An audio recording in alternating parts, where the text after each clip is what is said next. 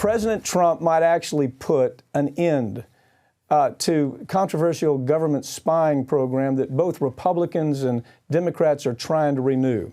Okay, you've heard me say FISA is dead. FISA is broken, it's shattered, and there's so many reasons that a federal judge, now this didn't come from the Justice Department. A federal judge said the system is broken. And they were talking about the idea that they actually listed all the things that have gone wrong.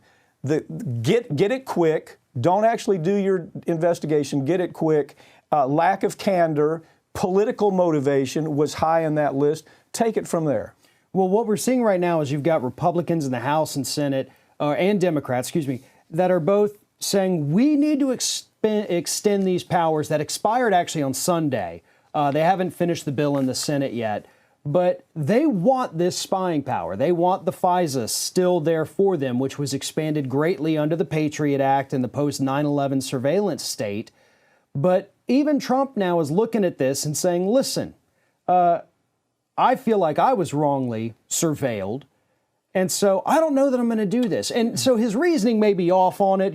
That's a whole different argument. But he's right to say that this shouldn't exist. And because, after 9/11, we expanded FISA greatly. And essentially what it is, instead of having to go through and prove your case to the FISA judge and say, I absolutely have to have this wiretap or this surveillance, and you have to show why.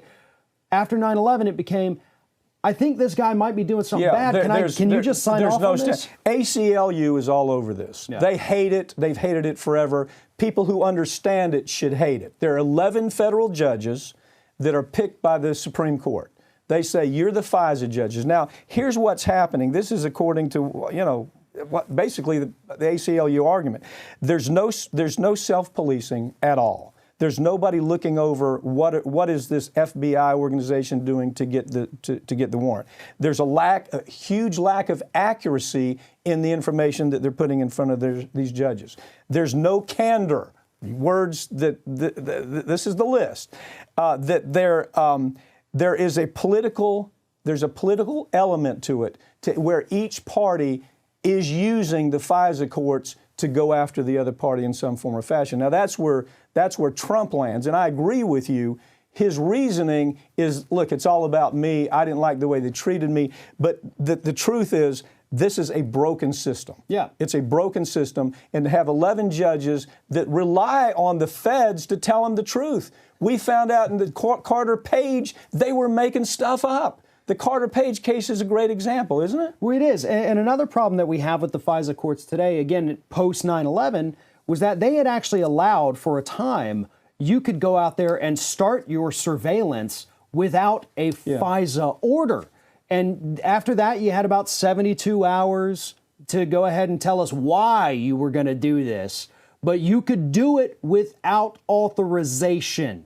FISA has been around for a long time. And yes, it's been abused for a very long time, but never to the extent that we have seen it since 2001. So it's not just the ACLU saying it's broken. It's federal judges that know the system, that have participated and says, we don't trust the FBI anymore. That's really what it comes down to. We don't trust the FBI. We don't trust the way that they're going about getting these warrants, and we got to do something about it. Farron Cousins, thank you for joining me, okay? Thank you.